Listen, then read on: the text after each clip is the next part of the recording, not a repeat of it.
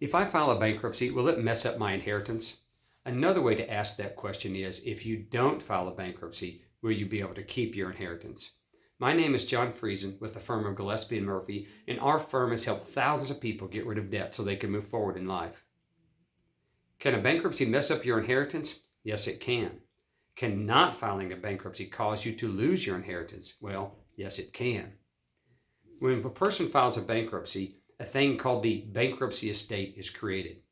The bankruptcy estate, as defined in the Bankruptcy Code, is all of the property that a person owns or has a right to own when they file a bankruptcy, or, in a case of a Chapter 7, property that they acquire within 180 days after they file a bankruptcy.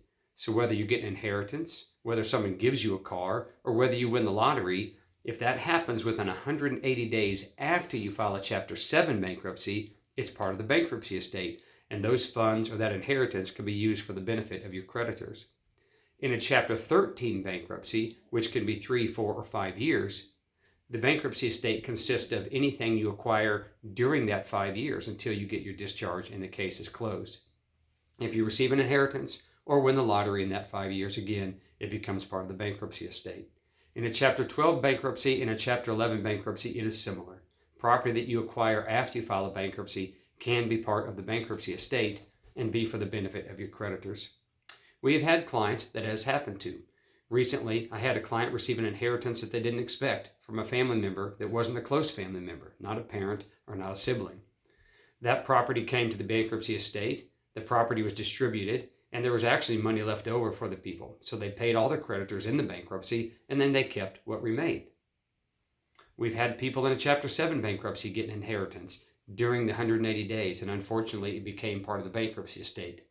But in the vast, vast majority of cases, filing a bankruptcy will save your inheritance because most people get past that 180 days. In a Chapter 7 bankruptcy, it's a very short window.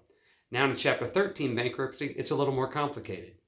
That period that property can become part of the bankruptcy estate is 3, 4, or 5 years long. And it happens more frequently in a Chapter 13 that people get an inheritance or something happens and that property becomes part of the bankruptcy estate.